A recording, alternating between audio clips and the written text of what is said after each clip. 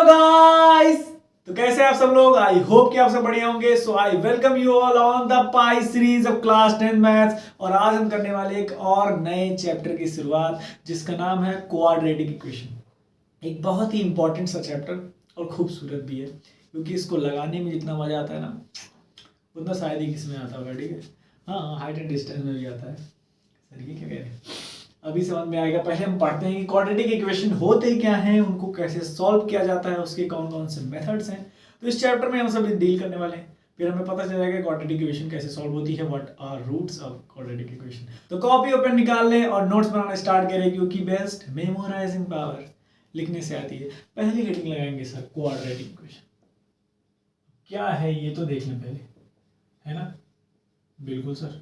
तो quadratic equation होता क्या है, इसको समझने के लिए हम थोड़ा सा टाइम ट्रैवलिंग करते हैं। अपने मन को ले जाना है, खुद नहीं जाएंगे। तो सोचिए, इमेजिन जस्ट हम पास्ट में चलते हैं, जब हमने पॉलिनोमियल पढ़ा। पॉलिनोमियल पढ़ा हमने, जब हमने उसमें पॉलिनोमियल को क्लासिफाई किया, डिवाइड किया दो बेसिस पे, एक नंबर ऑफ टर्म पे और एक on the basis of degree, कि उस पॉलिनोमियल की कितनी डिग्री है। अब आधे लोग कह रहे हैं सर डिग्री क्या होता है। तो degree is the highest power on the variable term. मतलब अगर कोई पॉलिनोमियल लिखी हुई है, एग्जाम्पल के तौर पे x cube plus 4x square plus 5x plus 3, it's a polynomial. क्यों, ये सब बाद में बताएंगे। अब ये नहीं पता तो इसमें कुछ नहीं कर सकते। तो ये पॉलिनोमियल है, ठीक, मान लो ये सत्य है, इट्स अ पॉलिनोमियल। अब इस पे वेरिएबल टर्म पे जो सबसे हाईएस्ट पावर लगी हुई है, वेरिएबल टर्म देखेंगे, वेरिएबल टर्म ये होता है x x x, variable term तो पता है ना। तो उस पे सबसे हाईएस्ट पावर जो लगी हुई है 3 है। यहाँ पर इस पूरे पॉलिनोमियल में सबसे highest power on the variable term is 3। तो हम कहेंगे क्या, कि इसकी डिग्री कितनी है, 3। ठीक, इतना बता दिया। अब इसी डिग्री के बेसिस पे इस पॉलिनोमियल को एक नाम दिया गया, व्हाट इज क्यूबिक पॉलिनोमियल। अगर डिग्री 3 है तो हम कहेंगे कि वही क्यूबिक पॉलिनोमियल। वैसे ही अगर डिग्री 1 होती है तो हम बोलते हैं क्या, लीनियर। हाँ सर, अगर डिग्री 2 है तो क्या बोलते हैं, क्वाड्रेटिक। इतना जान लीजिए, इससे आगे मत जाइए। 4 को बोलते हैं बाइक्वाड्रेटिक। ठीक, इधर आइए, हमें ये वर्ड मिल गया है, क्या ये मैच कर रहा है क्या, क्वाड्रेटिक क्वाड्रेटिक। ठीक, तो quadratic equation are those equation having degree 1, sorry having degree 2। Quadratic equation ऐसे इक्वेशन होते हैं जिसकी डिग्री 2 होती है। ठीक, चलिए उसको लिख देता। तो क्वाड्रेटिक इक्वेशन समझ में आया। ऐसे इक्वेशंस, लीनियर इक्वेशन हमने पढ़ा डिग्री 1, अभी पिछले चैप्टर में पढ़ा लीनियर इक्वेशन 2 वेरिएबल। तो उसमें हमने देखा क्या, डिग्री 1 थी, याद आ रहा है, x plus y equal to 3 कुछ ऐसा बन रहा था। तो यहाँ पर डिग्री 1 है। ठीक, तो अब हम पढ़ने वाले हैं कुछ ऐसा इक्वेशन। यहाँ पर अगर आप डिग्री देखेंगे तो कितनी है, 2। इसीलिए इसको क्या बोलते हैं, एक क्वाड्रेटिक इक्वेशन, क्योंकि इसकी डिग्री 2 है। अब होता क्या है, टर्म का मतलब समझ में आ गया। ठीक, अब इसके थोड़ा सा अंदर चलते हैं। वो क्या, क्वाड्रेटिक इक्वेशन के 3 फॉर्म होते हैं। क्या बात करें, एक इंफॉर्मेटिव बात है, बस सुनिए, क्योंकि उससे थोड़ा सा क्वेश्चन आ जाता है, बस इतना समझिए। ठीक है, तो इसके 3 फॉर्म है। कौन कौन से सर, पहला स्टैंडर्ड फॉर्म, ये तो रहेगा ही सर, स्टैंडर्ड फॉर्म। दूसरा है प्योर फॉर्म, हाँ सर हाँ। तीसरा एडफेक्टेड फॉर्म, अब कुछ आपको पता होगा, कुछ नहीं पता है, बट यहाँ आए तो पूरा जान के एकदम बढ़िया से इसके ऊपर क्वेश्चन भी लगाएंगे, ताकि आपको क्लियर हो जाए, कंफ्यूजन ना हो। सबसे पहले स्टैंडर्ड फॉर्म को लेते हैं। तो स्टैंडर्ड फॉर्म, उसके लिए सबसे पहले हमें पता चलेगी, एक एग्जांपल लेते हैं। जैसे मान लीजिए हमने लिया x square plus 4x plus 5। ठीक, इट्स अ क्वाड्रेटिक इक्वेशन, क्योंकि इसकी डिग्री 2 है। हाँ सर, ठीक है। अब स्टैंडर्ड फॉर्म का मतलब ये होता है कि हम उस क्वाड्रेटिक इक्वेशन को इस तरीके से लिखें कि जितनी भी उसमें पॉलिनोमियल है उसकी डिग्री डिक्रीजिंग ऑर्डर में हो। मतलब जैसे ये लिखा हुआ, ये स्टैंडर्ड फॉर्म में लिखा हुआ है। Standard form is nothing but a way of writing it. ठीक है, मतलब उसको लिखने का एक तरीका है। ठीक है, अब ये एक क्वाड्रेटिक इक्वेशन है। हाँ सर, अब मैं इसको ऐसे भी लिख सकता हूँ, 5 plus 4x plus x square, या x square plus 5x plus 4x। ठीक है, बट मोस्टली किताबों में ऐसे लिखा होता है, क्योंकि यही है स्टैंडर्ड फॉर्म। यहाँ पर अगर आप देखेंगे तो जो हमारा पॉलिनोमियल में वेरिएबल है वो 2 है, इस वहाँ पर, फिर यहाँ पर 1 है। डिग्री की बात कर रहा हूँ, पॉलिनोमियल की डिग्री 2 1, अब यहाँ पर है ही नहीं, तो यहाँ पर हम क्या कह सकते हैं, x की पावर 0 है। ये तो पता चला ना, x की पावर 0, दुनिया की पावर 0 इक्वल टू 1, तो यहाँ पर 1 5 इंटू 1 कोई फर्क पड़ेगा नहीं। तो हम देख रहे हैं कि यहाँ पर पॉलिनोमियल की डिग्री जो है या पावर जो है वो डिक्रीजिंग ऑर्डर में है 2 1 0, उसी को बोलते हैं स्टैंडर्ड फॉर्म। समझ में आया? हाँ सर, क्वेश्चन करते हैं ना। चलिए, write down it's standard form. आपके क्वेश्चन रहे आपकी स्क्रीन पर, जैसे 5x - 4 + 2x स्क्वायर, एक इसका लिखिए और एक दूसरा 2x - 5x + 4x square - 2x। इसको जल्दी से लिख के आपको दिखाना है इन स्टैंडर्ड फॉर्म। पॉज करिए, ट्राई मत कीजिए, लिख के दिखाइए। इसमें ट्राई करने वाला तो कुछ नहीं मुझे दिख रहा है, ठीक है। मैच कीजिए, कैसा होगा सर? सिंपल लिखना है यार, सिंपल, वही जो आप किताबों में देखते हैं, जो आपको अच्छा लगता है देखने में, जो अच्छा लगता है वैसे करना है। तो 2x स्क्वायर + 5x - 4, साइन का ध्यान रखिएगा भाई। इसको लिख देते हैं, तो यहाँ पर ये तो सॉल्वेबल है, कितना हो जाएगा -3x, यहाँ -5x, कितना हो जाएगा 4x स्क्वायर - 5x। सर इसमें वो तो है ही नहीं, कौन सा? वो कांस्टेंट टर्म, तो कोई बात नहीं, ऐसे लिख देते। सर ये क्यों लाए हैं? अब मैं इसके पीछे का भी ट्विस्ट है, ठीक है। फिलहाल आपको समझ में आया कि स्टैंडर्ड फॉर्म होता क्या है? Decreasing order of polynomials degree, ठीक है। पॉलिनोमियल की जो डिग्री है या कह लो पावर है, उस पूरे पॉलिनोमियल में जो डिग्री है, उसमें जो वेरिएबल टर्म है उसकी डिग्री को बस ऐसे घटाते हुए लिखना है 2 1 0। आई थिंक क्लियर हो गया होगा। अब इधर आइए, ये जो क्वाड्रेटिक इक्वेशन आपको दिख रहा है, सर ये क्वाड्रेटिक क्यों है? बिल्कुल, क्योंकि इसकी जो हमारे पास डिग्री है वो 2 है, that's why it is quadratic, है ना। ये तो है सर। एक और कंडीशन होती है क्या? एक क्वाड्रेटिक इक्वेशन के लिए 2 कंडीशन मैं बता रहा हूं। पहला तो ये that it should have degree 2। भाई डिग्री 2 नहीं होगी तो तुम नहीं, ठीक। अब दूसरी कंडीशन भी इसी पे लागू है, मतलब इसी की तरह है कि वेयर, इसका जनरल फॉर्म लिख देता सबसे पहले। इसका जनरल फॉर्म होता है ax² + bx + c, जहां पर x हमारा वेरिएबल है, a b c क्या है? कांस्टेंट। बहुत ही पुरानी बात, यहां पर where a can not be equal to 0।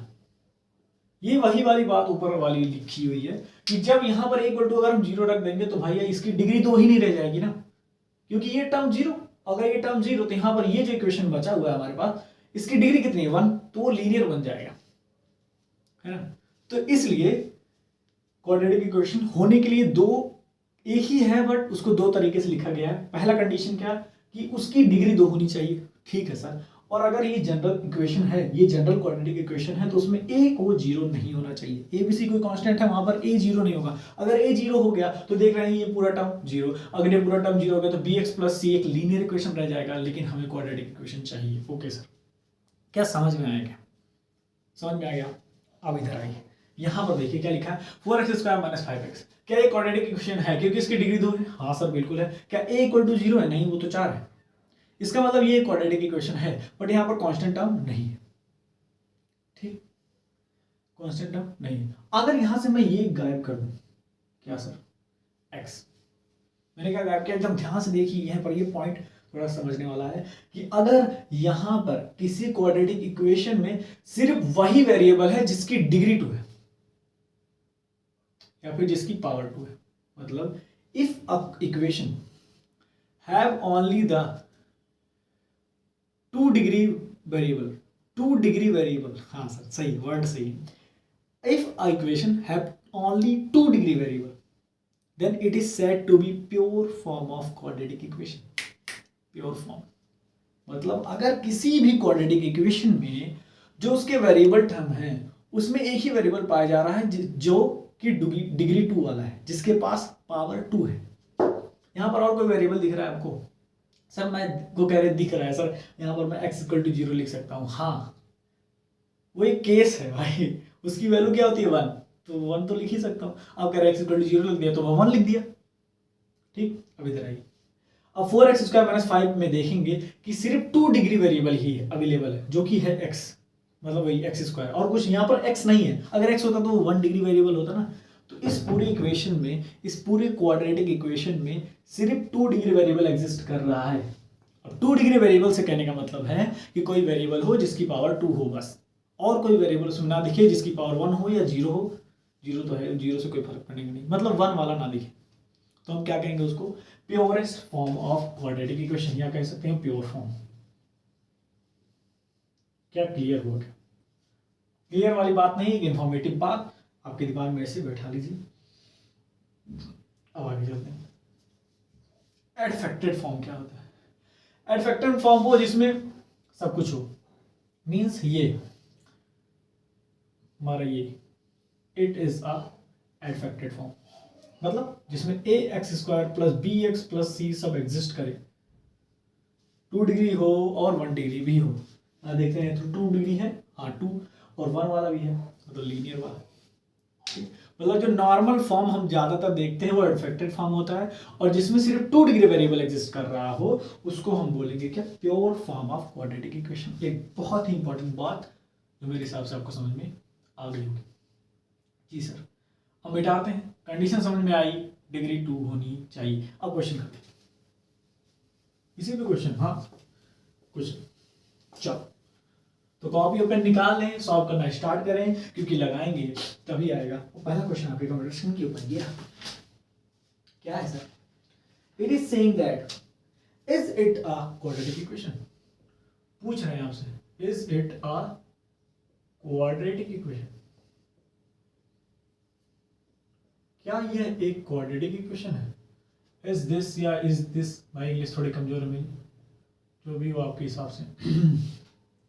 x की पावर 5 अपॉन x की power 3 plus 4x square minus 3, ठीक, equation, oh sorry, prove that it is a quadratic equation, sorry prove कह रहा हूं, check whether it is quadratic equation और not.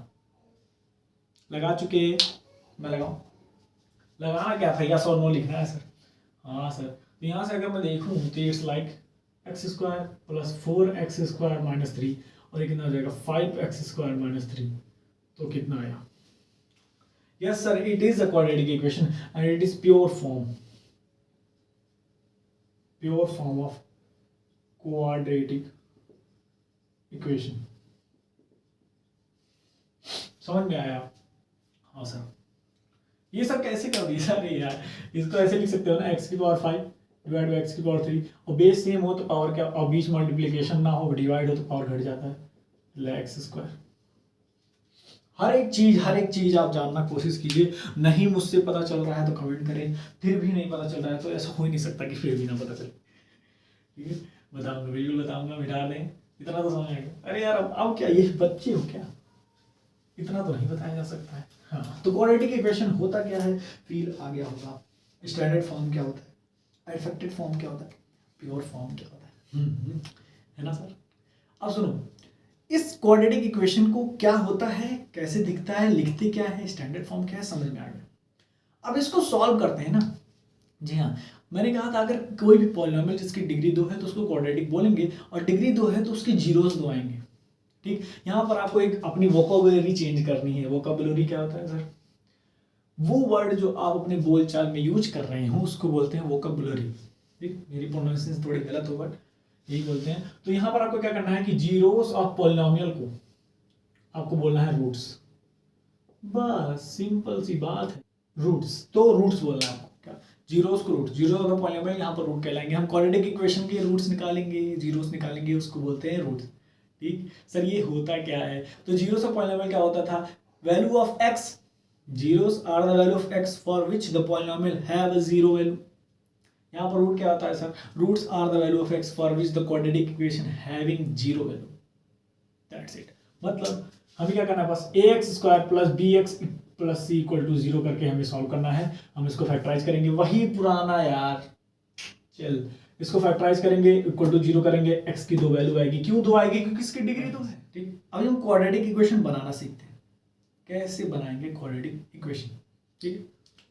Heading लगाएंगे how to form quadratic equation.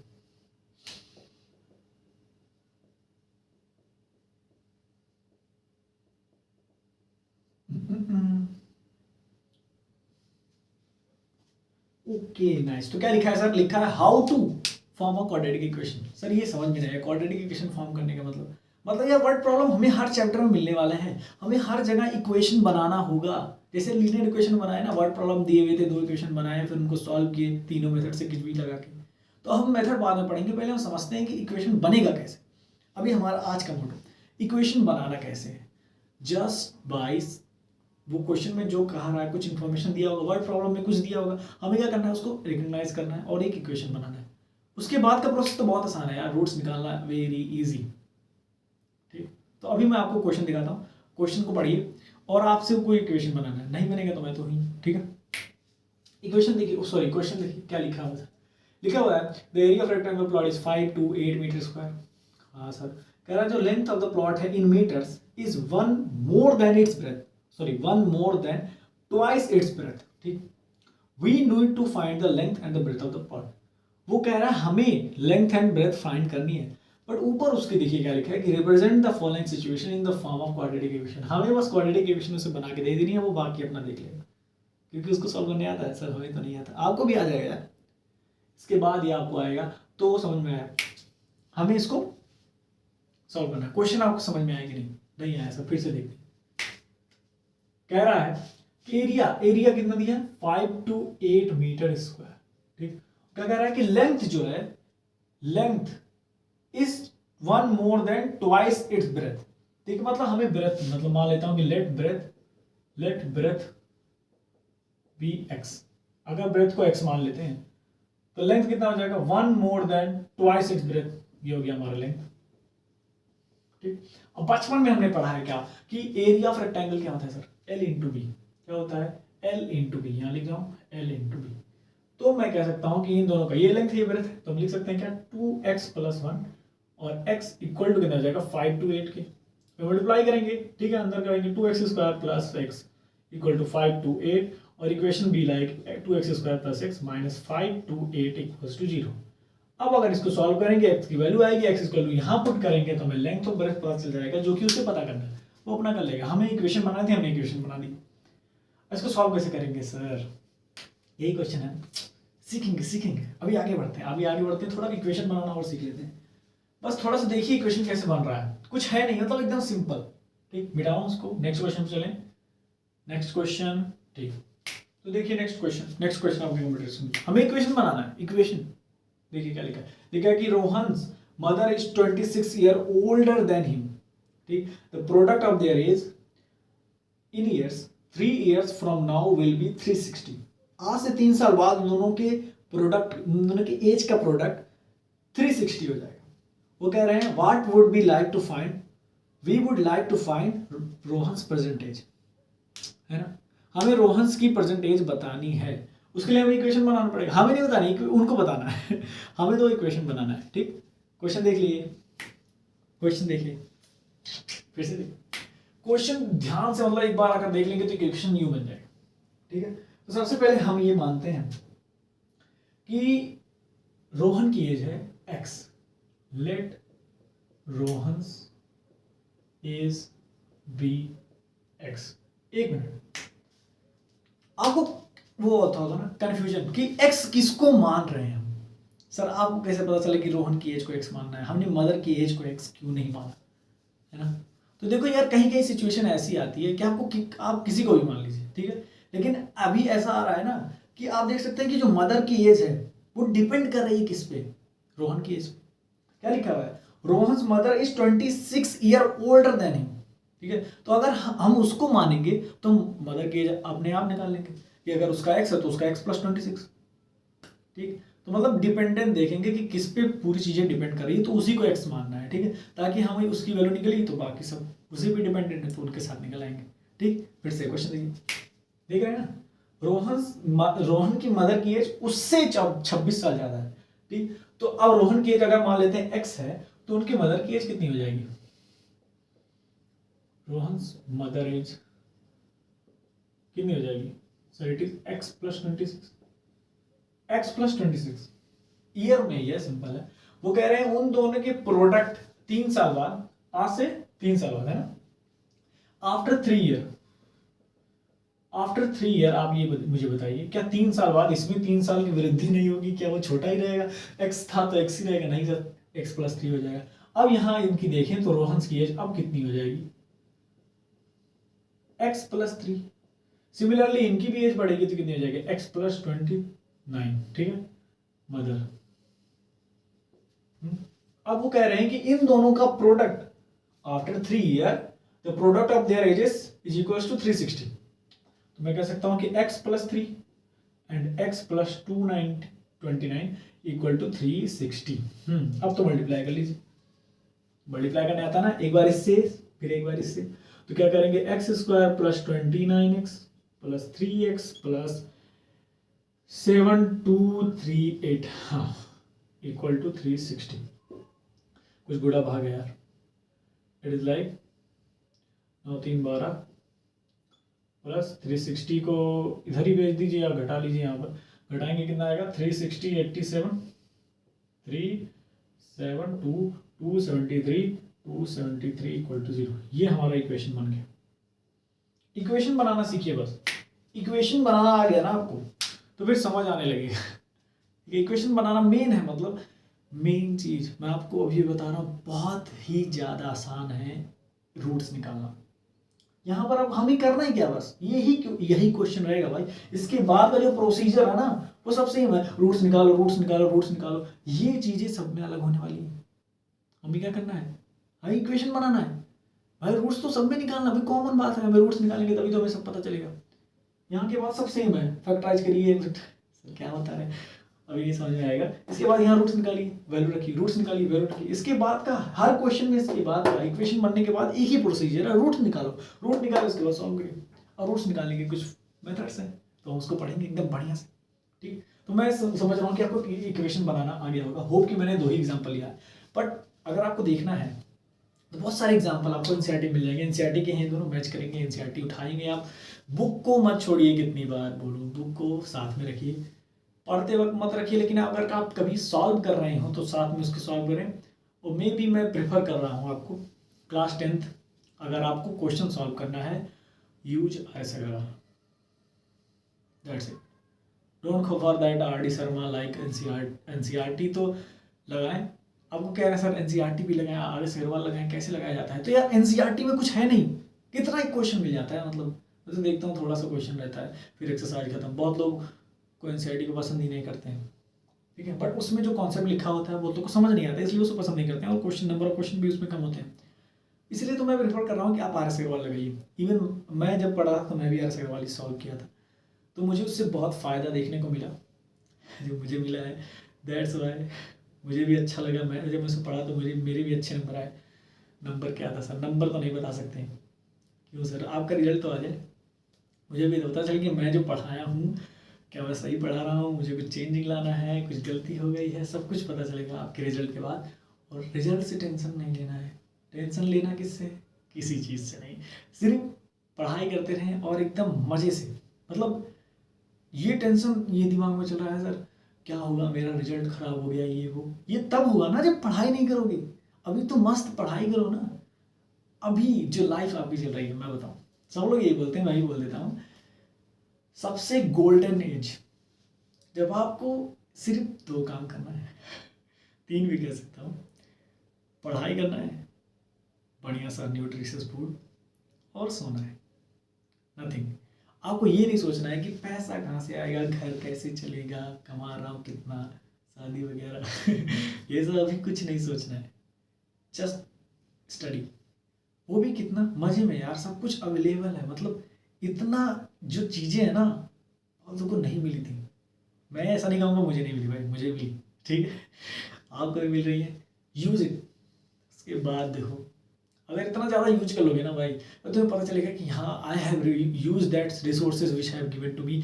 बहुत मज़ा आने वाला है, ठीक है, हमारे साथ बने रहिए, बाकी तो मज़ा आएगा। मिलते हैं नेक्स्ट एपिसोड में। बाकी आप लोग अच्छे हैं और भी अच्छे बनने की ज़रूरत है, आपका दिन मंगलमय हो।